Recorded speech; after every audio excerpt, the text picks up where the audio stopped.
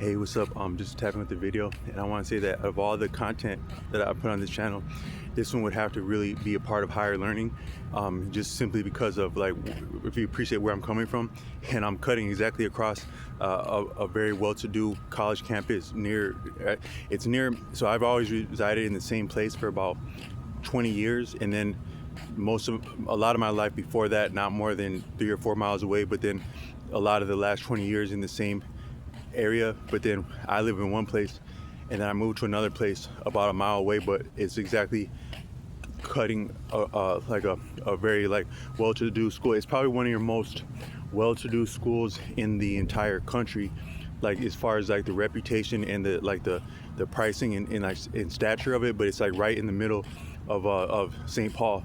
And I want to say, if you have anything to do with driving, like any kind of driving job, it's better to stay away from anything to do with the college campus, because that's the worst place to drive through. Because they'll put a college campus in the city, but any college campus in a city is its own city, and if major streets go through it, that's part of the campus. So it's not a good place to drive because you got so much foot traffic. But I'm gonna dress up a little bit like I'm dressed a little bit like unique, and I also got a ukulele because that's all that I could afford right now. And so I wouldn't really stick out on a campus, and I might seem like I would be appropriate here, but actually some of the statements I'm about to make may be appropriate here. So I guess I'll start by saying, one is that I want to make a little bit of disclaimer with this video, honestly, because this video is in truth, and a couple of the statements I'm about to make,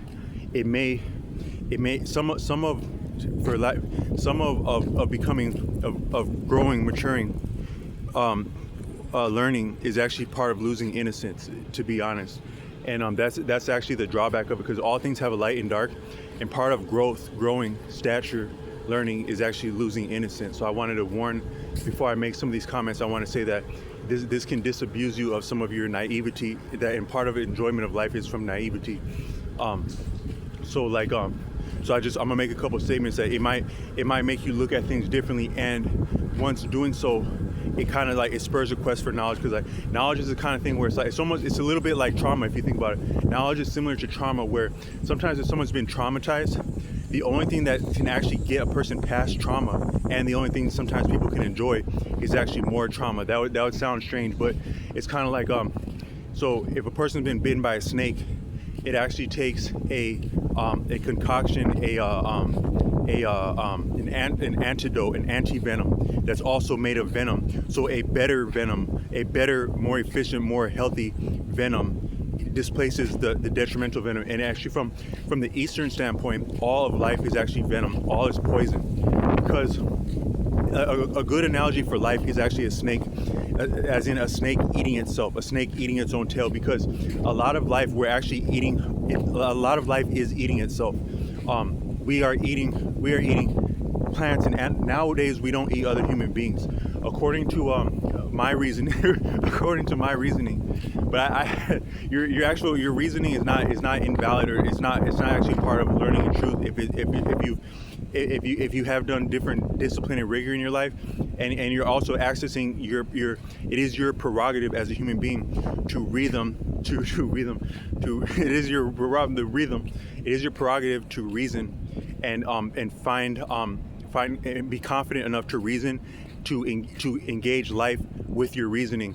And that's actually what science is. If you're talking about hard, fast science, it's actually reasoning.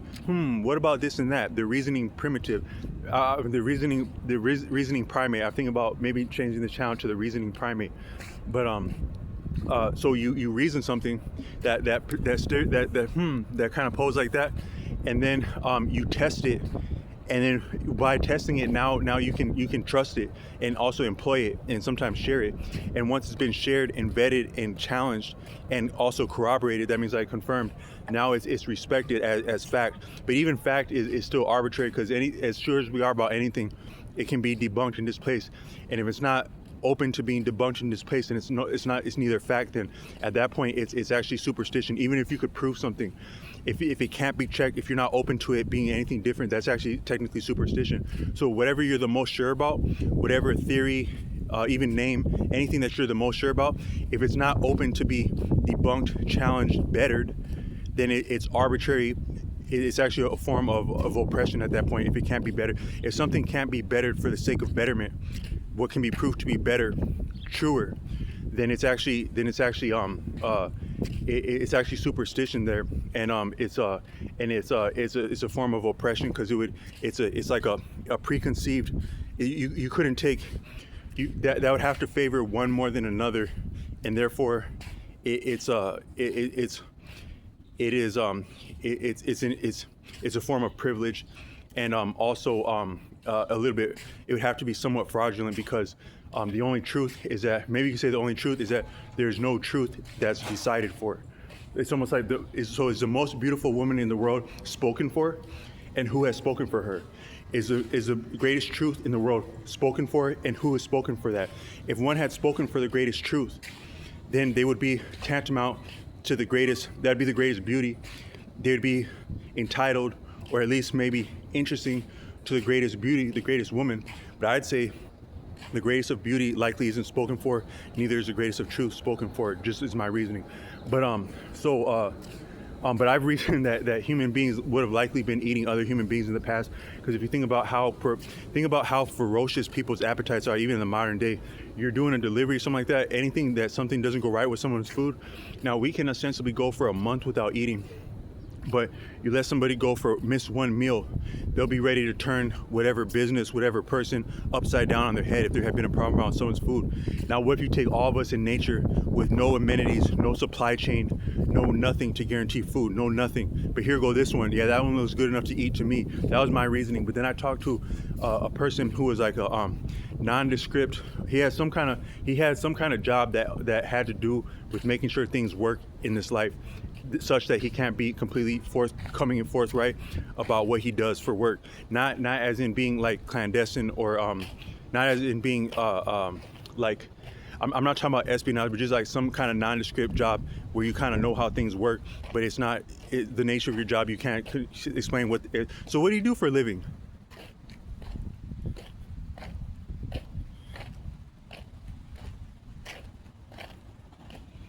Is that not the coldest way to answer what you do? So, what if that was your response when someone asked what you do for a living? But he was cool. He was putting me up on a lot of game, this guy. And he was saying that, yeah, you're not wrong if you reason that human beings would have likely been, humans would have been a staple in the diet of humans, but would have more so been for the sake of women and children, because there's been a value on women. Some of your instincts around safeguarding children, or even that you had this friend your whole life, right? This friend taught you how to ride a bike. You guys been through this and that. You've been knuckleheads together. You've been listening to beats together. You put each other on the coolest music. You got each other. You helped each other afford your first car, or at least one of you helped the other one afford the car. Your whole life, and you guys had all these times kicking it, joking, laughing, arguing each other's parents to let you have a sleepover, this and that, sharing your last, this and that, and fighting, making up. But then here go little old that just met y'all for a week. How sturdy would that friendship be around this lady that you just met, especially if she's attractive and y'all are young like that? So there's always been a value on fertility and childbearing, child creation, child rearing. The welfare of children has always been tantamount in our human existence, such as we would no longer be here, was the standpoint of this man. So he's saying that you would have been having a lot of cannibalism, but it also would have been more so for the sake of women and children. So from that standpoint, you could say there's maybe always been exactly designated undesirables, more so men, maybe even also females, as in this weirdo, that one, this outcast. Yeah, so you would think that the outcast back in the day, yeah, get out of here. Yeah, hey man, get out of here, man. F you, man. Get out of town. Get the hell out of here. Wait, but what are we gonna eat though? Because he was actually, we might need to eat. Hey, come back. Hey, come back. We need you back. And then they eat your ass. So you could say that your undesirables have maybe always likely been a sturdy staple. Now, in the past, that might have been your actual body, but now I think it's actually your resources and your stature. Is actually your stature can be consumed in a society that's based upon identity and marginalization of identity and tearing off of privilege. That's the standpoint of value, because it's not value if there's not a discrepancy. From that standpoint, the actual stature, the physical body too, but the stature first. That might have been in the past. So in the past, your stature was at question. Now your physical body's in jeopardy. Now your physical body, and to a lesser degree your stature, is valuable to a group. That could be assailing a person. So this one is undesirable. That one's an outcast. Let me F them over and do violence upon them. Now I gain rank and stature among the rest of the cohort, but then also the actual, that person's physical body and what value would come from it. In the past, that might have been eating, or like what resources you had on you. So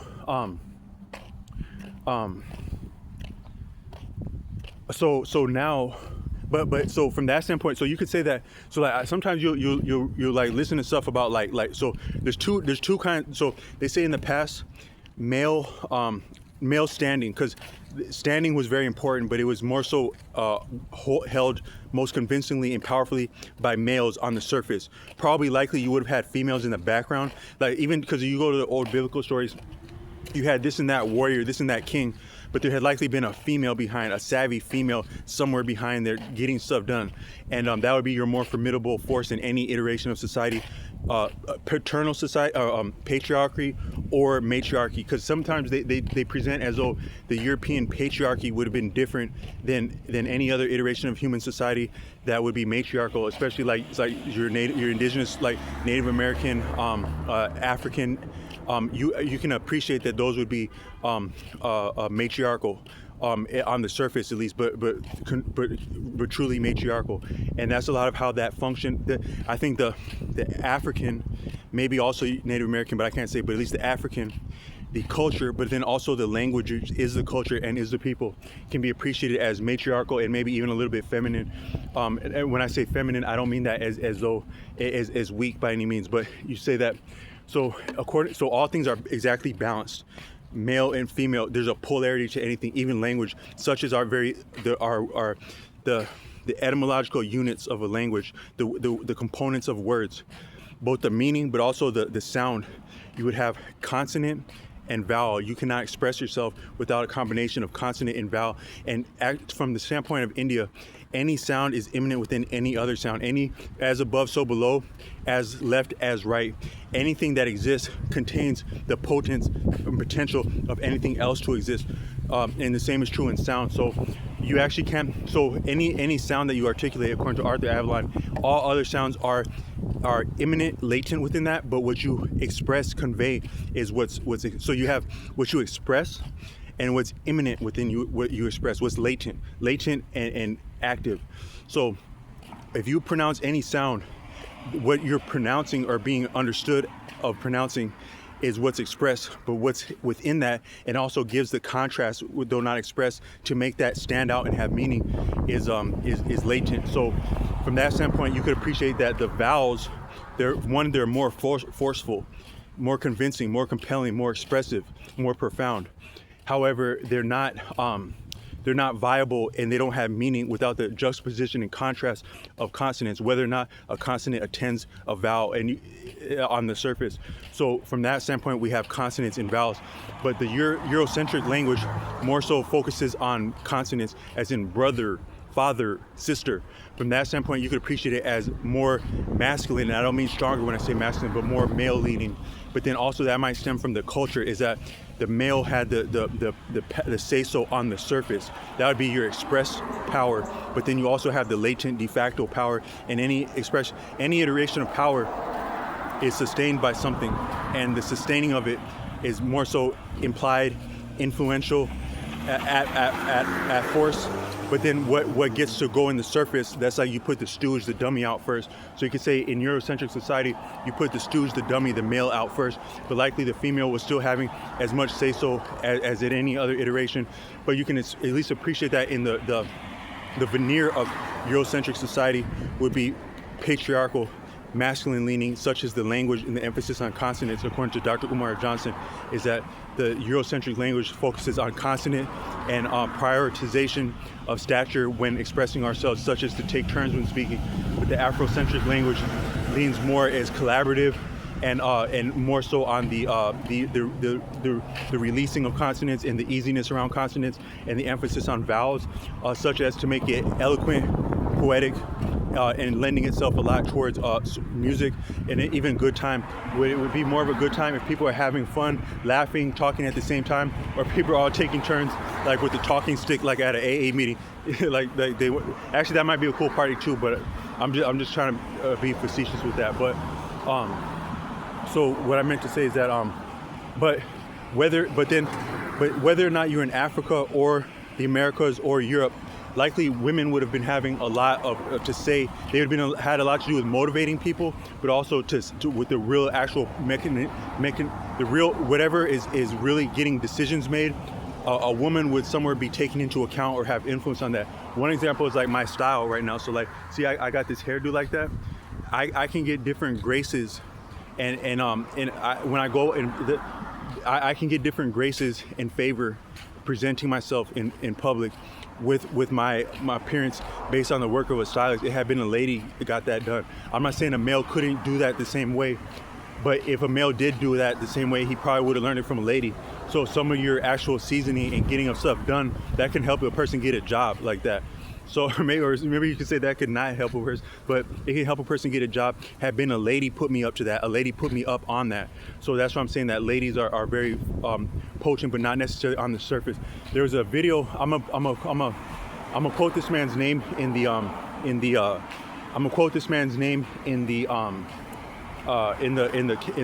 captions to this video, but he was saying that one of the problems around marriage and family in Eurocentric society, when Eurocentric society was patriarchal, and in some older iterations of it, like going back maybe 400 or 500 years, you couldn't keep the men safe from their wives because a lot of men were getting killed by their wives. They're getting effed over by their females. That's what this man was saying. He was saying that it was so deadly back in the day because you appreciate, so like I said, before amenities, it was difficult to find things to eat. But then even you could say maybe in feudalism, when you had currency and maybe different sources for like industrial size operations of feeding people, like whatever would be the resources of a town, you would still have near about as much difficulty accessing food, but it would still be upon the lines of it would be upon the lines of money, but it'd still be very difficult. One thing I do want to get back to what I'm saying is that like taking advantage of marginalized people for their body and their resources.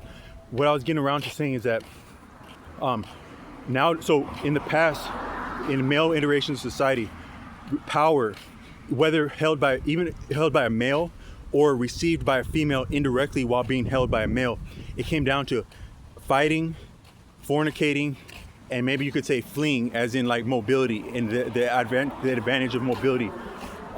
That's the some people say like the primitive lizard brain. That's the primal level. That's what people are engaging in. So you do this and that, you got this and that, but people look at you, and when they gauge you, when they feel you, because we're still kind of like a little bit like animals, where animals, they will really take into account your true I said your trill. They'll take into account your trill.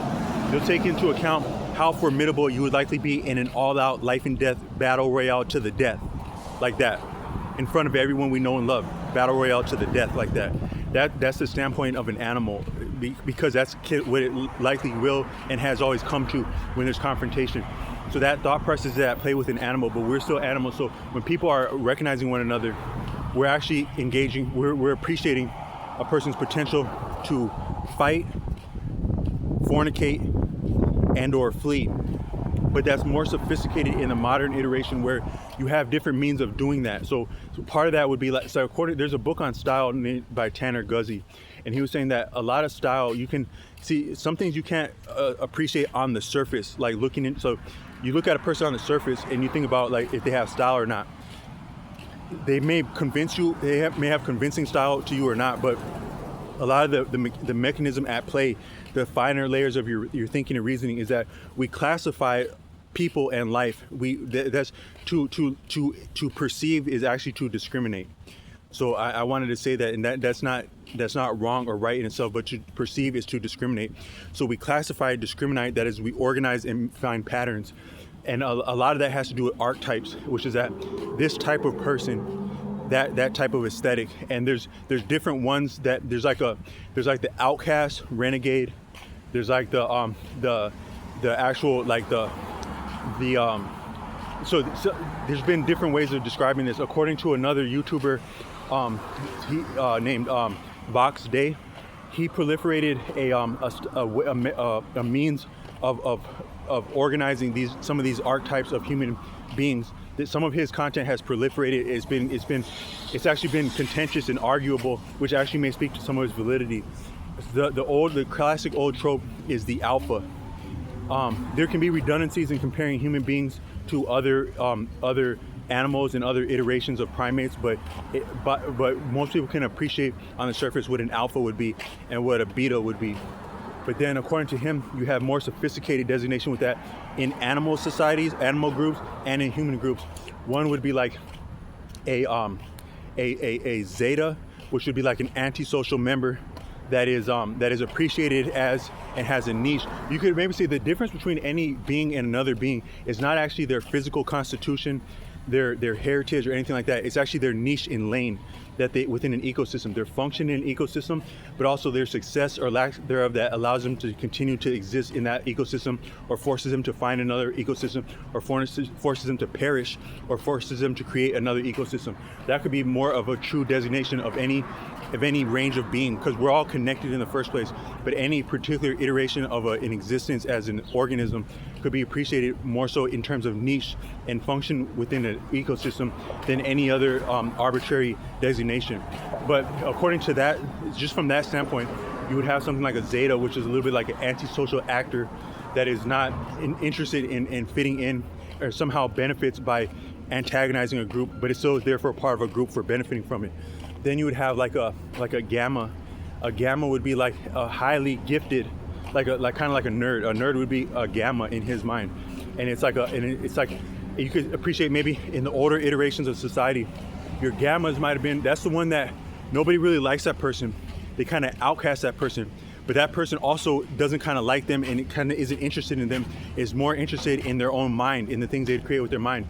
Then they happen upon some kind of knack that allows them to figure out this and that. So y'all can't stand this one, but y'all ass are starving, and this one find out a cool little way to get stuff done. Wait, what's he up to? What's he on?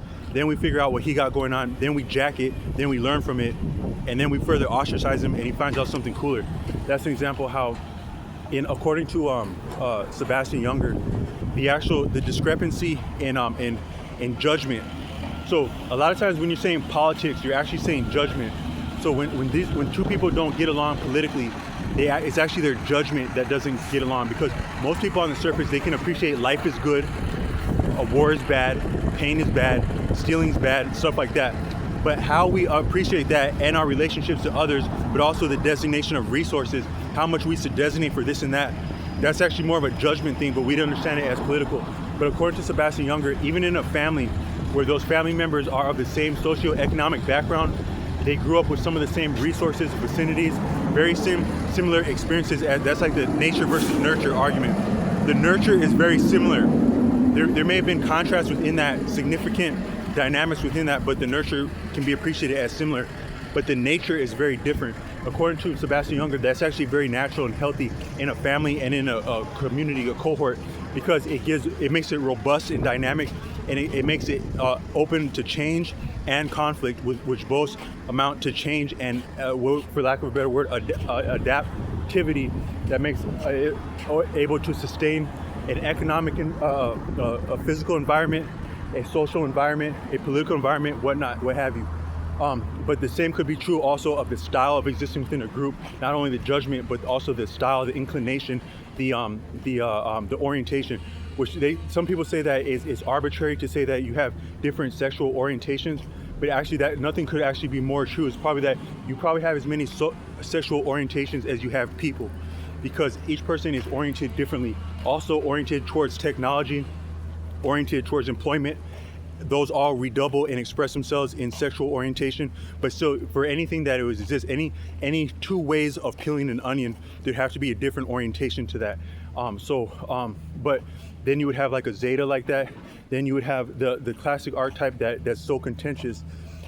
that's unstomachable, and it almost compromises video to say it would be like a sigma, which is like that's the archetype of a tiger, where and a lot of like a cat, where tigers are, according to the YouTuber Wayfinder. He did a lot of brilliant content exactly running with the sigma archetype. I don't know if he credited Videi, but I think Videi was the one that pointed out that designation of an archetype of sigma, is that the sigma is like a cat, like a tiger especially, where it's independent. It's forced to be independent. Wayfinder points out that you have two type of independent predators. You have like a lone wolf and a tiger, and they kind of come into being differently, and they operate a little bit differently, but they're both independent like that. But there's something of a difference between a lone wolf and a tiger archetype, according to Wayfinder. They can both be somewhat similar to like a sigma archetype, or like another example of that would be like Clint Eastwood. Damn. This is about to be a rugged video. It ain't a cool video unless it got something rugged going on. But you take Clint Eastwood rolling into town as a cowboy. Nobody knows him. He's not trying to know nobody. He's just trying to get the money. He'll be your friend. He'll be your foe. He'll be whatever he gotta be to get in and out with the money. Maybe the lady too, but at the end of the day, it's the money he came for. That's like your cowboy archetype. Clint Eastwood, sigma male. So some people say there's no such thing as a sigma male. Are you saying there's no such thing as Clint Eastwood? There's no such thing as James Bond? You would have to be, so you actually would have to be bogus just to say that we've never seen Clint Eastwood before, we've never seen James Bond before. That's an example of that. But the sigma male would be like an ambivert, where it is a person who they have it in them as a propensity to be both and exactly extroverted and introverted, and some combination as it suits them. They're as comfortable being a leader and a follower, an ambivert and extrovert and an introvert. But then you could have one that would be like an alpha male that'd be exactly imminently and extrovert. But then you'd also have something like a delta, where a delta would be like a team player guy, the kind of guy where like they fit into an organization, they stick by the rules, and their strong suit is to stick by the rules and get down with the get down and get by with the get by, and they're not messed up about that, and they're very powerful and like that. So from that standpoint, there's really no designation that's better or worse than another. You actually can't say that it's better to be an alpha than a beta, because say you're alpha this, you're alpha that. Now you got your beta with you, your beta. And it's interesting how sometimes alphas, they actually need their betas because they're not as much of an alpha unless they're contrasted with something. So they need the beta. So which one's really the alpha and the beta from that standpoint? But you're the alpha with the beta, you come across this group. There can only be two alphas, but that one got another alpha. There can be more than one beta, but there's only one alpha. You get into a fight with that alpha, you get your ass handed to you. That beta hands you back your ass. After you got your ass handed to you. How do you look now? Which one's now the bigger, badder one? The alpha that presented themselves as an alpha and got humbled worse than a beta, or the beta that presented itself as a beta, watched the alpha become a beta and humored the alpha, putting both cheeks back together as a new beta. So there's actually no standpoint in life. There's no position, no vantage point that's better or worse. We just work with what we got. But according to Videi, you have those different archetypes like that. But then according to Tanner Guzzi, you have that in style too, where when you're presenting different styles, you come into different archetypes of human iterations of experience. And as you play into one and lean into one and sell one and are believable in one, that's some of what gets you your traction with style like that. But I had a little bit lost my train of thought when I was talking about style. I meant to say that some of your style moves, you get them from females. But so what this man was saying is that, and I'm gonna quote him in the caption, is that in the past, but I was saying, so if power is measured by fighting, fleeing, and fornicating, we have different ways of appreciating people's potential to fight, flee, and fornicate in the modern iteration. So nowadays, a nerd, someone that would be called a nerd in the past, they may actually be more convincing in terms of how they would be appreciated as potentially being able to fight and fornicate, because a lot of nerds are winning. If we're like, I don't know what the data is like from like the real baseball nuts and bolts of how like the internet matrix functions, and like what our real decisions on and experiences therefore online and offline that are part of online would be. But if you had the real like the actual metrics from these dating sites or sites where we waste our time and money, you could appreciate that maybe the nerds are winning. But then also, if they're a nerd like that, they can be savvy about finding a way to make a living. If they had to, they could put the authorities on you, or they could just mind their own business while you do your tough stuff and you get messed over by the authorities, and they're winning with the fornicating. So someone that could be appreciated as formidable as, and they could probably also afford transportation, so they could be appreciated as formidable in terms of fighting, fleeing, and fornicating with the appearance and aesthetic of a nerd nowadays. But that probably wasn't the same in all iterations of human experience. But so that's what people are engaging, that's what people are appreciating when they look at us. But what that comes down to is people may just simply ask whether you're leaning into your fighting or you're fleeing, or your resources that you get, no, you're fighting or you're fornicating, whether you're leading with that or your resources that allow you mobility and then maybe better opportunities to fight and fornicate, is how many bodies now.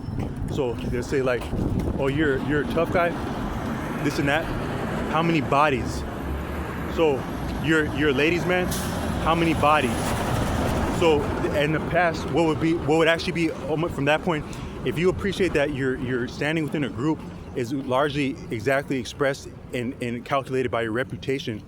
Your reputation is actually part of how many bodies, whether you're doing cool stuff like would be like fornicating, if you appreciate that cool or not, or stuff like fighting, whether you appreciate that cool or not, just how many bodies right there, that's the question. So so from that standpoint, there has always been something of value in the bodies of other people. Whether people wouldn't appreciate objectifying a male, but you would say like so you have a beautiful woman. In the past, like, oh dang, like they like say, oh, there go a red bone, there go a BBL, there go a baddie. So you're actually objectifying them because you're not really referring to a human being like that. You're referring to like a resource, like an object, a sexual object, a sexual resource, maybe even a family or a companionship resource, but still a resource, objectifying like that. That'd be a female. But also males, I think, are objectified equally in other iterations, but also currently.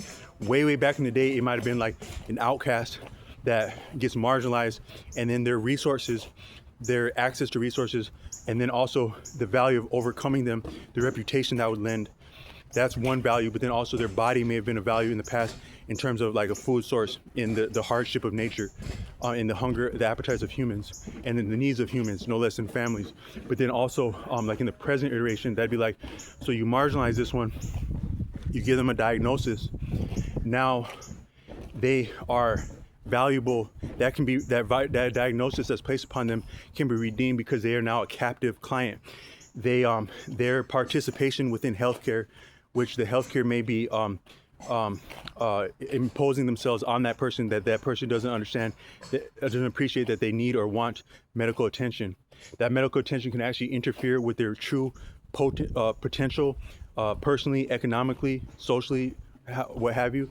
But then also their medication is so their participation in healthcare is a valuable asset to healthcare, and the mechanization and the gaming between healthcare and insurance and maybe subsidies, the ratcheting of that, it amounts to like a game, and the exact stooge and pawn, it would be the marginal person that was marginal enough to get to fall into the attention and the scope of the medical establishment. But then also they are obliged, if they're not versed, they will likely accept medication, which that's again, they're making, it's like a so yeah, man. So you got, so what came first, the product or the demand? So I think in a lot of our present iteration, it's the product first. What came first, your medical training or the patient? Did someone get sick that you love and you decided you want to go learn something so that you can heal them or yourself specifically? I would rock with that. No, likely you were interested in this line of work because it paid this amount of money, it offered this kind of lifestyle. You got that kind of training, then you went looking for patients, you went looking for people to become sick, or you made people sick.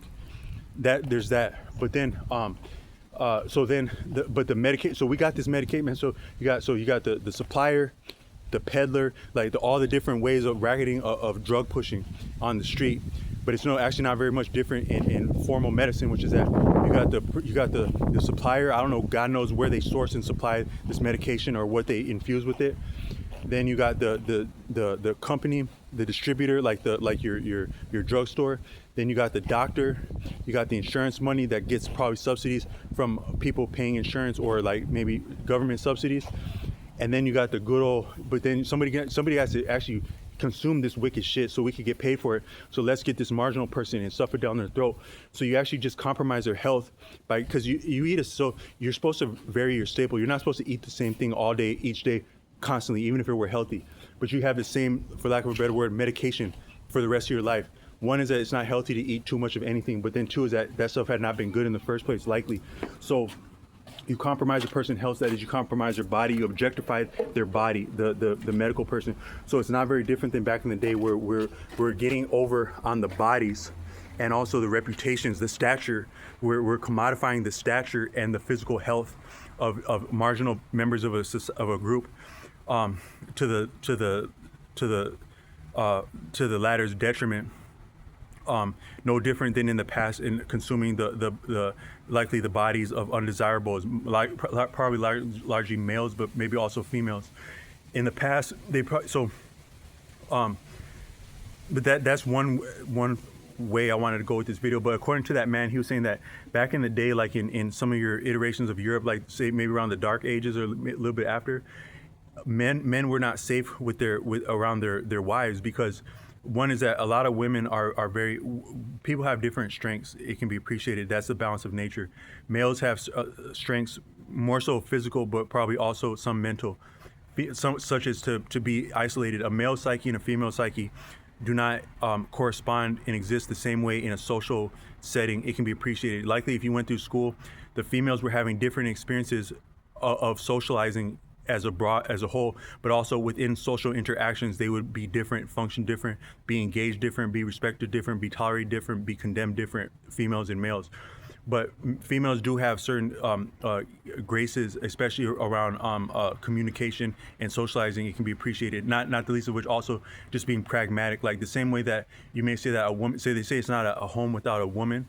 It's not. That's true. You get a bachelor pad, it's going to be nothing like if a female gets in there to do something. I worked in like as a personal homemaker, and I could do like a lot of cleaning. Like I did some pretty thick, mean cleaning for people.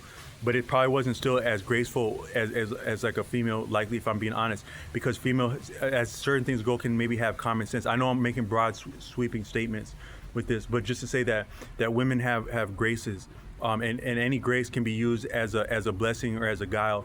So women would have strong suits in a situation where we're at the penalty of life and death. Nothing's promised. Food is scarce, but we are potentially a resource to other people. Males and females, whoever gets the short end of the stick. In that dynamic, men would have certain strong propensities, but also so would females. And so you wouldn't be just necessarily injuring other members of the community. You may be injuring your family or your actual spouse in different iterations of human society if we're a food source or a stature source to one another. So what this man was saying is that a lot of relationships were kind of dangerous in Europe, and a lot of men it would be normal for men to be killed by their wives.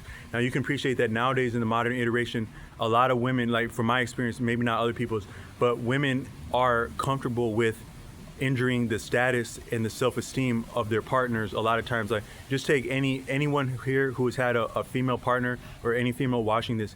Have you not at any point had anything not kind to say about your present or a former significant other of yours? Did you not date a person, then have conflict with them, maybe injure their reputation while together, or maybe humiliate them by like stepping out with their friend or family, or like maybe do none of that, but then simply go to another partner and then further mock them or just have things less than nice to say about them? So that's in our iteration now, but in the past, your reputation was very formidable. Life, it still is now.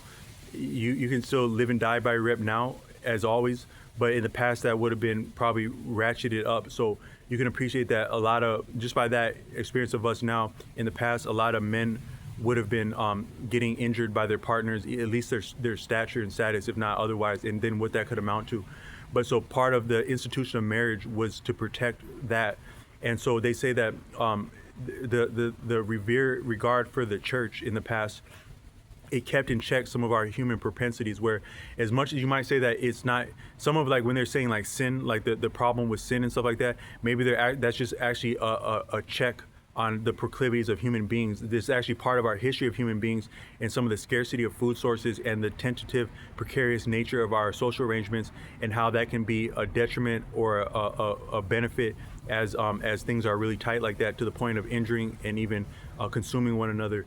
But you could say that maybe in the past the church held a lot of things in check. It's just our fear of the church, and also the fear of condemnation and of like being reproved by the church and by the group as the church was having sway.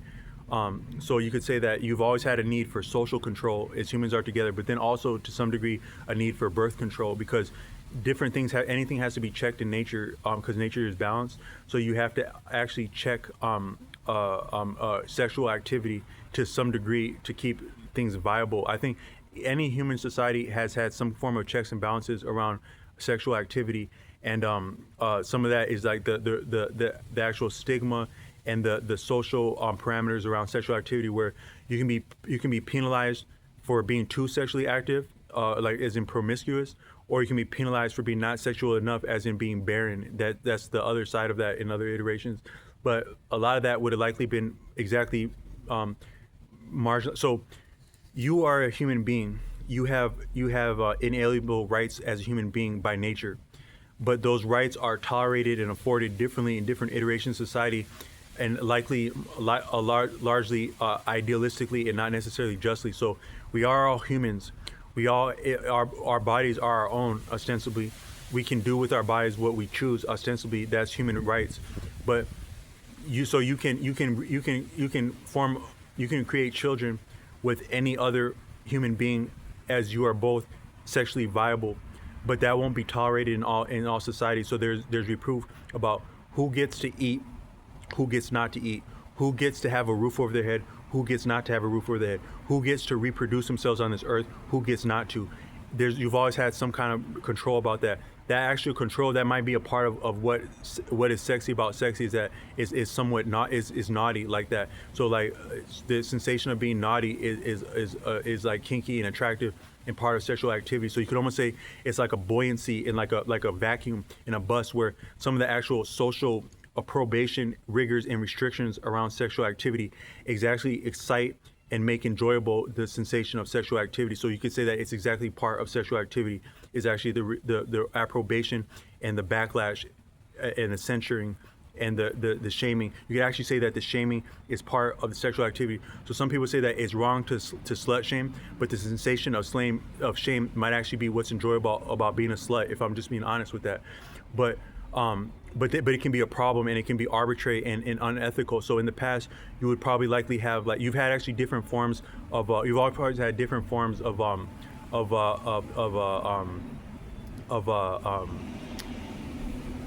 what's the word I'm looking for,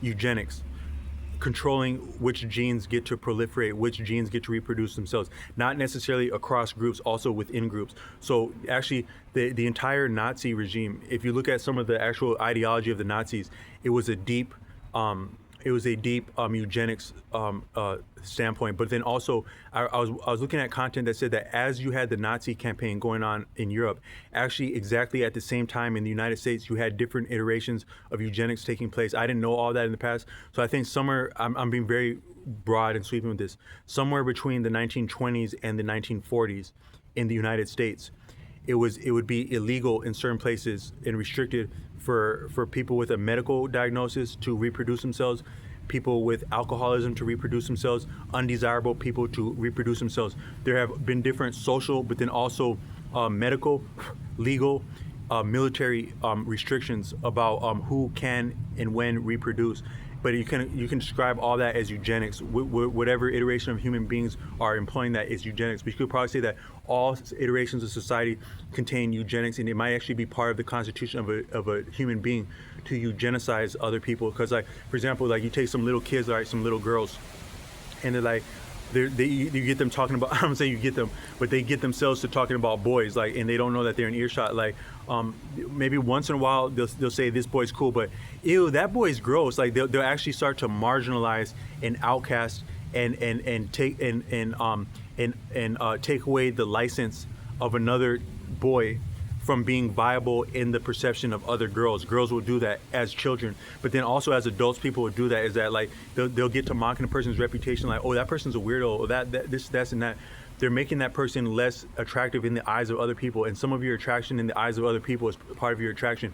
The actual medical establishment does that the same, where they diagnose someone, but what they actually just did was they designated someone as undesirable with whatever quasi-scientific standpoint they did that.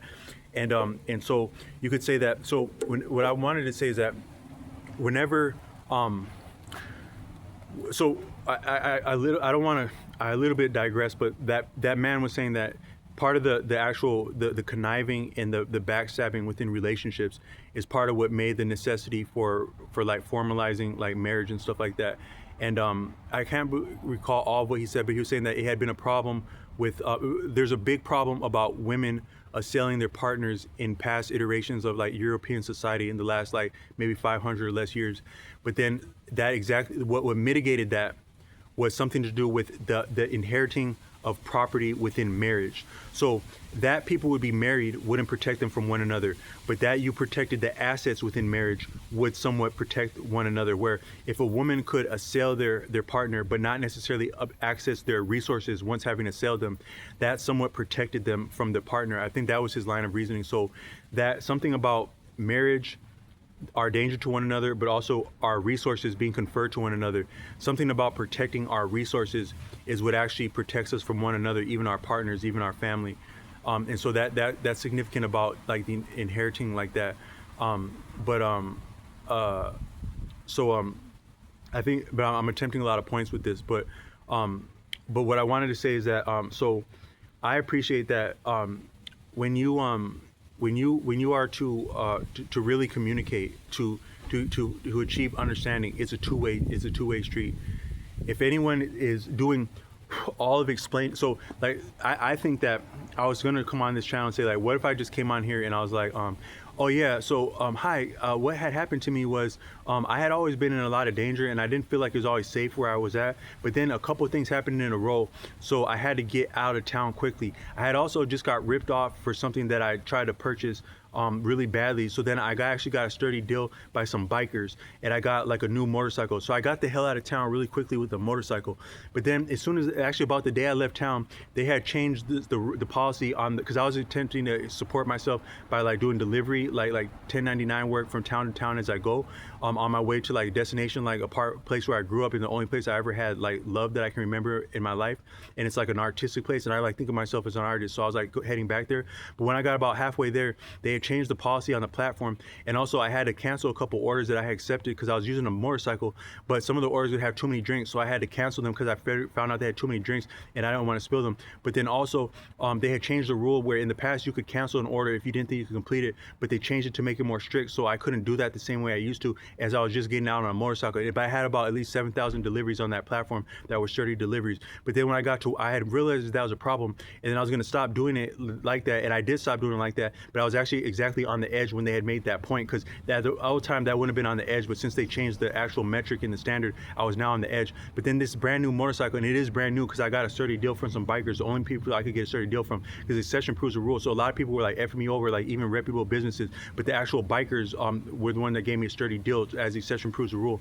But then that new motorcycle, it actually had a problem with it, like to do with like a part, like just a small part, on a brand new motorcycle, and I actually had already picked up a order, and the motorcycle failed right there. I had been going down a hill, and I'd made a left turn to start going up a hill in a town I'm not from, in the Midwest that has a lot of hills. Sometimes you wouldn't know there's that many hills in the Midwest, like somewhere near around Omaha. But then the motorcycle, as I went up that hill, I didn't have any torque on it, and it just kind of like it just kind of pooped out on me. So I turned it over, and I realized it wouldn't get to doing nothing. But it's kind of late in the end of the day, so I had to call a tow, but I needed some help to get the tow. But I also couldn't complete that order, so I canceled that order. Then I barely got that tow. I risked a lot to get that tow. I barely got some help with that tow and somewhere to tow the motorcycle to, like a hotel, and but the motorcycle was there, couldn't go nowhere.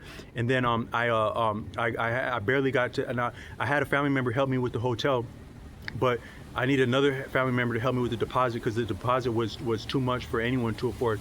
But my other family member said hell no, and I was about to get kicked back on the street. But the actual special forces member had been traveling through that hotel that day. I could tell they're special forces because they look militant, but they're a little bit more sturdy and formidable than like a regular military person would look. And they actually had like a different hairstyle that I don't think, so I could appreciate their special forces. But they actually footed the deposit, but I think they got reimbursed because I wasn't planning on doing nothing wrong with that hotel, and I didn't do nothing wrong, and they got the deposit. But my other family member would have got the deposit too, but they weren't willing to help me, but they don't owe me nothing because we're grown. But then, so I got past that, I got the motorcycle working. Then I had a lot of other hellified experiences, especially when I got to the state where I was going, where the motorcycle broke down in the middle of the night with a flat tire. They had let me know there was a nail in the tire, but I still tried to get it by with what I could because it was still staying sturdy. But I got actually all the way flat when I reached the state, but I was still 300 miles away from my destination, but I was at least in the state. I pulled over at a gas station to ask for help. Nobody knew anything the hell to do with tires, especially not the people working there, or even like a lot of the sturdy looking people that would be filling gas. But like an older lady was passing through, and she said what to do with my motorcycle. And then she said that she actually had a family member that works on motorcycles and had been working that late at night, like 9 p.m. at night as a mechanic, less than like 2 miles away. So I stood there on the curb while she was in the car with her husband, waiting to make sure her son pulled up. Her son pulled up on a motorcycle that looked like it was out of like a science movie, because it looked like you could tell that there's no way you could buy a motorcycle like that. It had been made from scratch like that, and it looked really cool, like almost like it could damn near fly. He got on his back. He didn't have much to say, but he was really pleasant. He had this light thing on his eyes. He got down. He spit on something. He put some crazy glue on my tire, and he got that motorcycle tire good to go for the rest of my journey. I traveled at least another 1,000 miles after that, good to go. But when I was traveling the rest of the night like that, I was like in the desert of New Mexico. It was going to be really cold, but I could appreciate I was way far the hell out in the desert in the middle of the night. And if anything went wrong with that motorcycle and that tire, that I didn't know if it was good another 5 feet, even though he had been a kind guy, and it was good another 1,000 miles, but I wasn't sure. I was basically going through on a wing and a prayer in the middle of the night. And I was also having some damage to my glasses, so I couldn't really see. I'd actually fallen the hell off the road a couple times, and I would have near about crashed into the desert because I was having some difficulty with my visual apparatus. But somehow I actually ran off the road, but didn't all the way crash. But I had got banged up a little bit. But then I got to my destination. I was there homeless for a couple days in the city where I grew up at. But the weather was kind of sturdy, and I found some cool parks where people would be tolerated. I was out there practicing singing at some of those parks. At a certain point, I was pissing people off. They were trying to play frisbee golf because they didn't wonder what the hell I was doing. But then they actually liked some of the oldies in the Boys to Men song that I was singing off of my phone, and they tolerated me there for a while. So I had some cool experiences there. A couple of times I fell asleep, and it's kind of strange to fall asleep in the middle of the day and wake up almost like being born again. You don't know where the hell you are, waking up somewhere that you grew up at, but you don't know nobody there, and now your ass is homeless on a motorcycle with just enough. All you got just on your name is just a full tank of gas somewhere. And then I had been going at night just to get a little bit of rest, not sleep, but rest at a truck stop in the middle of the city, and also get some battery power there because that was my only recourse. And then I actually got to hear two different people not knowing of each other plotting on me at the same time. It's kind of incredible. Then I ran and got the hell out of there with some help for gas money from family. I got further along my destination, crashed a couple times, went to ER 2 times in one night for 2 different crashes. Then I got all the way to my destination. I got past that with not too much to show for it, but actually the heat from the engine, because I've been on the bike now for about 10 days in the desert without sleep, rest but not sleep. Then I got to my destination, and I had such a fat blister that the whole side of my foot was swollen with the blister. But I got pulled over exactly when I got to my destination, because where I'm from, they have different rules about helmets than where I got to, and so that made me stick out when I got there. And but then as I got off the motorcycle, because I had to get my helmet worked on or get a new helmet replaced, the blister popped, and I ended up in the ER for about 2 weeks. And I had a lot of experiences meeting people in the hospital, enjoying the hospital, and recovering from a very serious superficial flesh wound that had to be treated with the utmost of care, just because of the exposure of it. And it did get around to healing over the course of 2 months, but before it actually got done healing, I got kicked out of the hospital while it was still raw, because of some of the dynamics of that hospital, which were also, you could appreciate that hospital might be going out of business because they let go about 300 people in the area while I was there. And I heard a lot of the people at the hospital concerned about that. While I was in the hospital, I called for help with the instrument, to different resources to help people with instruments. And there's actually a sturdy group that gives free instruments to guitarists but I had to walk 30 miles to get to them. I walked 20 miles of it, took the rest on a bus because I got another blister, and I also had to stop walking because I could feel I was about to have a heart attack. My heart got my chest got very, very, very tight as I was on a hill, and I pulled over for about 10 minutes, and I think it would have been a problem if the first person that ran a marathon actually died of exhaustion at the end of it, and I think I can imagine that would have happened had I been running. Then I took a bus. I got there. I got the instrument barely at the end of the night. They stayed way later than working hours to make sure I could get it. I got back. I got lost on a train, stranded. Ride to a diner from a veteran so I could charge my phone.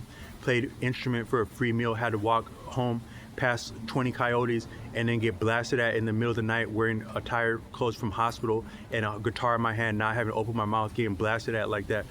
People say like, so you can imagine I just said all that. I'm about to ask you for something, right? Because so that's what I'm saying. So someone get to explaining something, they're about to ask for something. So I appreciate that whenever someone explains something, especially if they're not willing to listen to you, something's about to come up missing. Most people, like well-to-do people, stature people, they're not trying to explain nothing to your ass. They're not trying to hear nothing your ass got to explain. But here they go on a commercial or infomercial explaining how this science works and this will help you, this and that, this and that, this and that. And I'd like to explain to you, and I'd like to let you know about this is what we do for this and that can help this and that. And you may be at risk for this and that. So you're explaining all this shit, something's about to come up missing somewhere. Anytime somebody go to explaining something, someone about to come up missing. That's what that means. So who does the most of explaining? Going back, this big old book, right?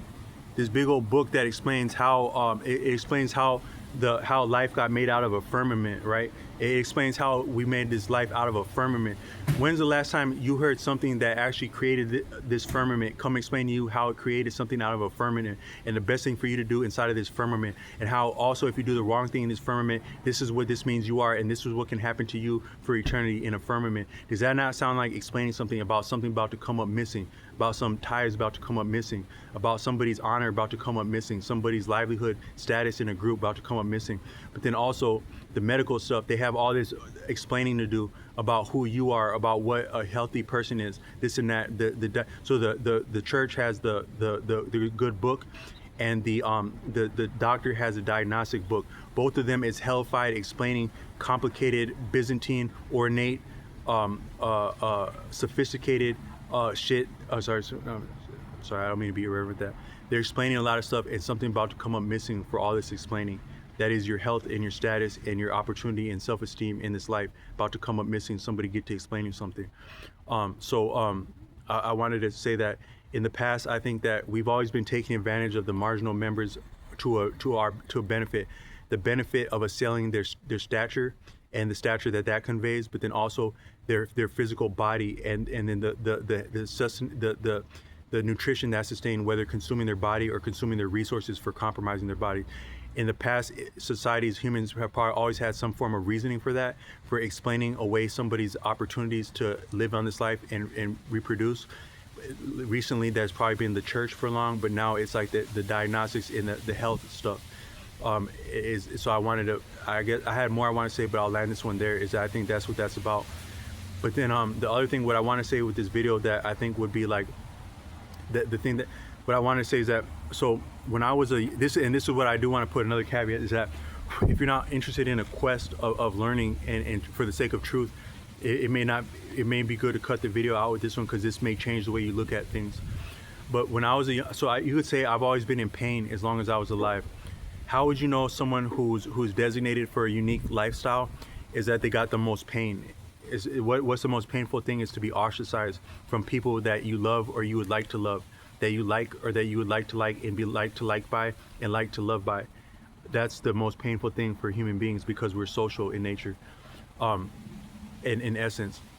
But I've got a lot of that in my life, so I've actually been looking for different means to heal my whole life since I was still yet a child. First, that was when I was very young. The way I would heal would be by going outdoors, riding my bike, getting lost on my bike, getting lost outside, engaging other people my age, but I more so enjoyed engaging people older than me. I somewhat always resonated with people who are a little bit older than me, and sometimes my parents' friends would remark at some of the comments that I come up with as a child. Like, I'd ask some of my mother's parents even before kindergarten, is God real? Stuff like that. They'd be taken aback by that. But I clicked off better with people older than me when I was very young. That was for going outside, and then I met a friend who was Native American. He was Native American and Caucasian. He was a little bit younger than me, but his father was a really awesome man, and he was like sharing custody between that boy's mother in California and him in New Mexico in the summers, and he would do really cool things to do with his son, but he'd also appreciate his son. I think his son actually looked up to me a little bit and liked me, and he somewhat wanted me to rub off on his son a little bit, but then he also rubbed off on the two of us by taking us outdoors and really teaching us. Like, he appreciated that I wasn't having a lot of fear when I was young, but he also taught me what healthy fear is. Like, he'd take us out like hiking in the middle of New Mexico. There's a lot of really cool stuff to do outdoors in New Mexico, but it is rugged, but it's really cool. And he'd do cool stuff like taking us like jumping off of cliffs into water holes, like holes that were deep water caverns that came from the earth, but you could actually like jump off of cliffs into there.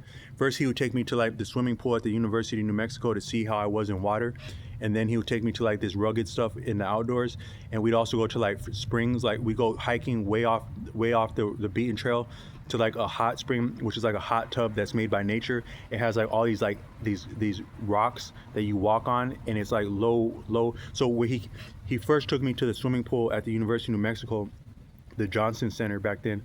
It had like a wading pool, which is like a shallow, warm water for families and like very young children to get them comfortable in water, but it's also warm so they're not scared of it. And then exactly next to it, it'd have a Olympic swimming pool with like a large 5-foot shallow area, and then lanes, and then a deeper diving area. I had actually learned how to swim there, but it would feel really cool to go from the warm water and then exactly jump in the cold water. But the same way is that he actually took us to a hot springs that was like the same as that wading area, where it was like a natural hot tub in nature.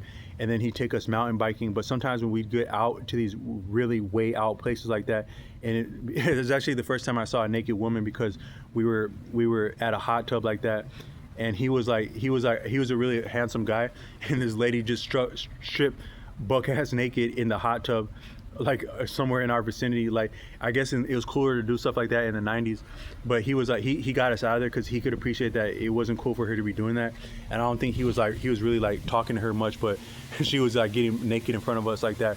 But like, that's actually shows you like nowadays that would sound like egregious, like a lady doing like that, but actually, is that how pretentious we are, that it's scary to see like a naked human being like that? Is that not actually kind of healthy to see a naked human being like that in a hot spring? But all I meant to say is he'd get us out there like that, and then he'd start teaching us stuff about life. And he'd be like, yeah, he'd tell us about like these people that do adventure stuff, and like they go climb in Himalayas because it's like a daring feat to accomplish, but then they get up there and they'd run out of oxygen, or they'd run out of a means to come back when the weather would set in, and then they'd have to be calling their family members and making the last phone call of their life, knowing they're never coming back. Stuff like that gave us a healthy respect for life and like a healthy fear. So I would get healing like that, and then after that, that transitioned more to basketball, because basketball was like a big movement in the United States. So my safe space was getting to the basketball court, and I'd be playing basketball alone, but it was kind of like healing for me. Then after that, it became music. So like in middle school, I was really big about music. Then in high school, it became about comedy. I had a friend that had brilliant humor, but then also I just simply enjoyed comedy. And I was like, so they say like, you know, a real alcoholic when they can drink alone. You actually know a real comedian or a real appreciator of comedian when they like comedy and they don't need nobody with them. So like, I'd be at parties or have my friends over, and I'd just be they had this thing called Comic View on BET. It was really dope back then. Like, it was like they have like a lot of comedy acts. I don't know what became of that many cool comedians that we had around back then, because there was a lot of them that would come on Comic View, and they were all as brilliant as the one before, and really, so you probably have way more of comic talent in the United States and in the world than we actually know about. And I think some of it's because we don't have the sturdy venues like some of what we had in the past, like with Comic View. But I was all about Comic View and I loved it. But then I had an experience at the end of high school, and this is gonna this is where this video is going to veer off, and it became my quest for truth, because you can appreciate that all those different things that I would be about is for healing at that point, and that comedy is the greatest medicine. So sometimes the people that are the most interested in comedy are actually the people that are hurting the most, like even young people. But when one medicine doesn't do, when one drug doesn't get it done, you need something stronger. So for me, that became truth. So sometimes when you have people that are interested in truth, it's because truth is healing. But it's also hard. There's actually nothing tougher than medicine. There's actually nothing tougher than healing, nothing tougher than comedy, actually nothing tougher than truth. Truth is the toughest medicine. So some people that are about truth, it becomes a quest for healing, and that's some of what this truth stuff is about. It's actually about healing.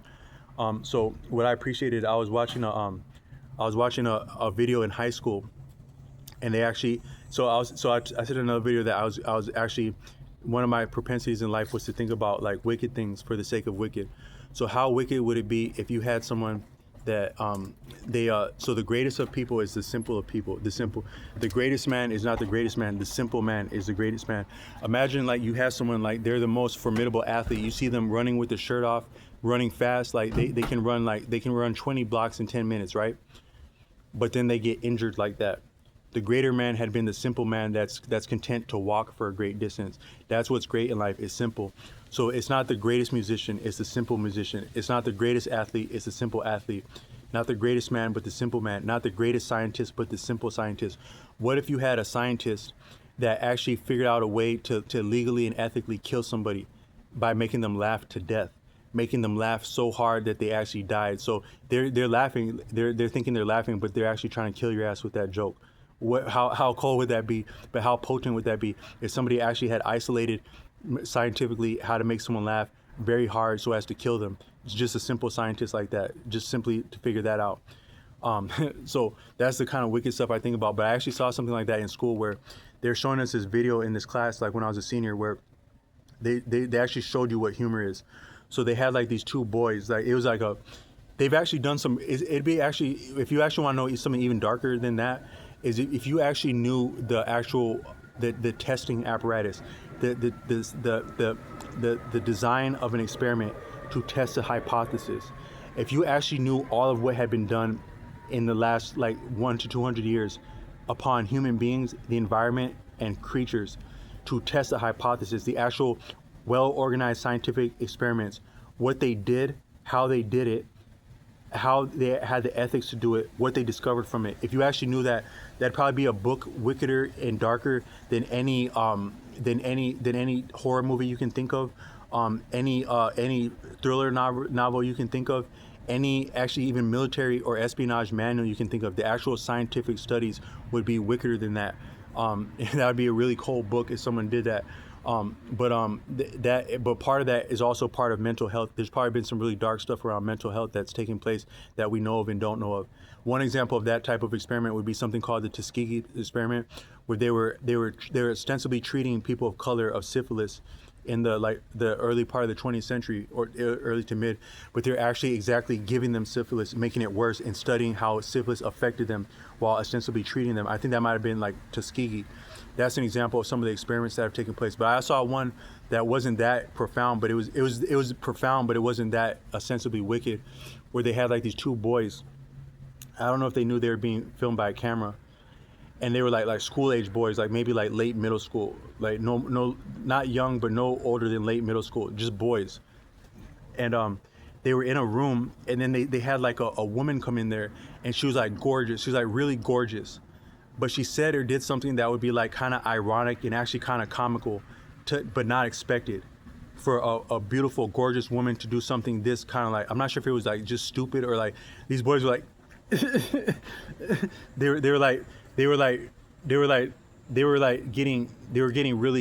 were getting giggly about how strange it was that this person would act like that. But it was actually funny, it was actually really funny, like what they had did in this experiment. What they're showing you is that what's happening in humor is that your mind is making a connection. You're learning something right there. So what these boys were experiencing is that they had not known that a beautiful woman or an authority figure could do what they're doing. that stupid or just that different than what they would expect an authority figure. So what their mind is doing is it's making a new connection. So you could say that, so how could you define art? You may be trifling the moment you try to define something like art, because to define art is to profane art. But you can appreciate art as metaphor, that is combining two things, to make two different things same, or to contrast two different things by their similarity, to combine two different things, seemingly different things, yet similar enough to be transcendent or to convey a point of learning or experience. That's a lot of what art is. It's metaphor. One is that a lot of art is the play between light and dark. You could almost say I'm artistic in this video as half of my face is light and half of it's dark. But from like an artistic medium, that would be great art is light and dark. But then also the theme within a piece that would make it really stand out and profound in a piece would be some form of metaphor. It's like something of a metaphor. Art is a metaphor for life, and maybe life is a metaphor for art. But art can be appreciated as metaphor. Creativity can be appreciated as combining, also deleting, but some combining. I think that from that standpoint, to combine disparate things is creativity. So like one thing that I'm not promoting alcohol in this, but this is one thing that I discovered. One of the greatest drinks that I've come up across is they have something called peanut butter whiskey. So it's like whiskey, but it tastes like peanut butter. It's called Screwball. They also have Bang Energy, like different versions of Bang Energy. They have a purple one. A lot of people combine energy drinks with spirits, like as a chaser.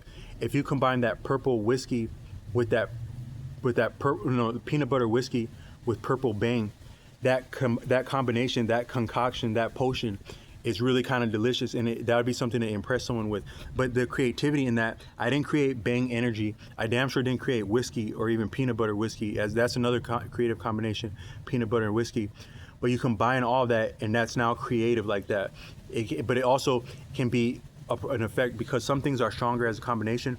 So beans are very healthy, especially if you're on hard times. If you're trying to be economical about what's the best thing to buy on a budget, the best thing would probably actually be beans and rice. But even if you had means to buy anything you want, the best thing you may also buy would be beans and rice. They're both very healthy and sturdy by themselves and can be staples by themselves, but you combine it, and that combination of beans and rice is very potent. That might be some of what healing is like the combinations of maybe plants and food, which are both substance, that would be beneficial. But creativity is combination, maybe deletion, but also to create combination. Art is metaphor, combination, but then also humor is combination, combining ideas. And there's probably a positive and negative aspect of that. So if I made a clever combination of something, like if I were to say you are a seafaring dipshit.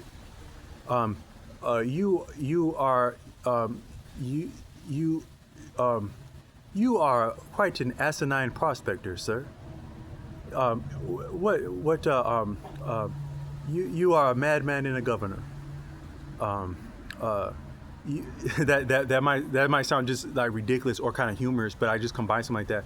Or you could even maybe like saying subtle, like, dang man, you're about the coolest wheel that you're about, like, oh man, that's off the chain.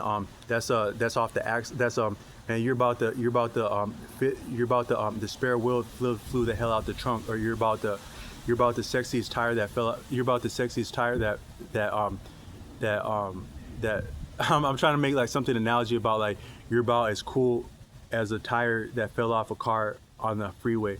I'm saying that like really kind of whack, but you can appreciate that if you put some seasoning on that, it could sound like kind of sexy and poetic like that. But it's just like a combination of ideas that might be like, people would say like, what's game, what's riz, what's smooth, what's slick is combining things like that. But so for humor, you could say combining things, but also seeing things that are similar. Like I was doing that today. So I was telling someone, like, I was like, how sketchy would that be if I was a scam artist, but my scam was in taking sketches of people? Would that not be some sketchy shit right there? So that's like a little bit like of a pun, because I'm doing like a combination of a sketchy thing which is like, I think when you say sketchy, you're saying like someone looks like a police sketch artist of a suspect. But then also to sketch something as like to draw pictures of people. Like sometimes you'll go to a restaurant and you'll see someone just sitting there sketching people, and they maybe didn't ask for permission. But what if that was their scam? Would that not be some sketchy shit? So that's kind of like a pun right there. And there's actually like, so that'd be like similarity, that'd be like sameness within two things is a form of humor, but difference within two things is a form of humor. And then also like maybe like giving somebody the sensation of an experience. Like there's this kid in school, he was really cold at like your mama jokes. Like he'd have the whole school laughing at his and following his trends about mama jokes. And he said something about like he had seen somebody's mom on top of the school chasing squirrels with a stick. And like it was funny as hell how he said it, but just that image like that, that's like another form of humor. But maybe a lot of humor is like combine, like making a similarity between two ideas, or making sameness between two ideas, or giving somebody a mental vignette and like image like that, a picture, an experience in their mind like that. That's like a lot of what humor is. But that can be like a little bit, that can be like brilliant and like giving you a way to make better jokes. But it also can make you see through jokes where like a lot of stuff isn't funny anymore when you know how that works.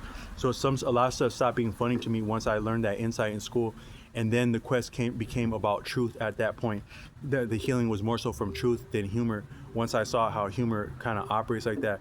But like someone that's funny as hell is funny, but also two people don't have the same license around humor. Like two people can't make the same joke and get away with it. I think part of it's because like people associate with people differently. Like so sometimes like there's kind of like there's different forms of like ostracism and like racism. So like where I'm at, sometimes you can float a joke with strangers or you cannot, but some people will damn near run away from you when you talk to them. Like you make a joke or something like that and they're like this.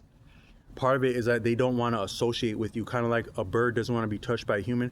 Some people don't want to associate with other people, like kind of like based on your archetype. So you could say the funniest shit, the pleasant shit, the nice shit, the any shit, the shit. You could say this, you could be the shit and say the shit. And some people will duck off from you like that because they simply don't want to associate with you. They're afraid of associating with you. But then also with that, humor flies over differently. So the same two people can float the same joke. They can offer the same original song, and they can offer the same intellectual insight, but they won't be appreciated the same way. A lot of it's like your appearance, your stature. A lot of it's your stature. So like sometimes a heavy set person, they can sell a joke better. Part of it's actually the physical humor of their body type. But the same is true like with music and different stuff, where some of your rock and rollers, they have a certain image, but the greater of musician, they may be like someone in your church or someone local. They may actually be a better musician, but they don't have the look. So it doesn't catch on or get promoted the same way because the look had been part of the music as much as the music. But it's similar actually with humor and even truth and like content on YouTube. You can make the same type of content, but it doesn't fly over the same way. So there's a lot of nuance to who we are and what will be tolerated for and what our goods will sell for, whether that's intellectual or anything else. So for me, it had been about truth. But then I had one more idea that I wanted to offer, but it's a little bit different than this, and I can feel the energy coming down with this. So I'm gonna land this one here.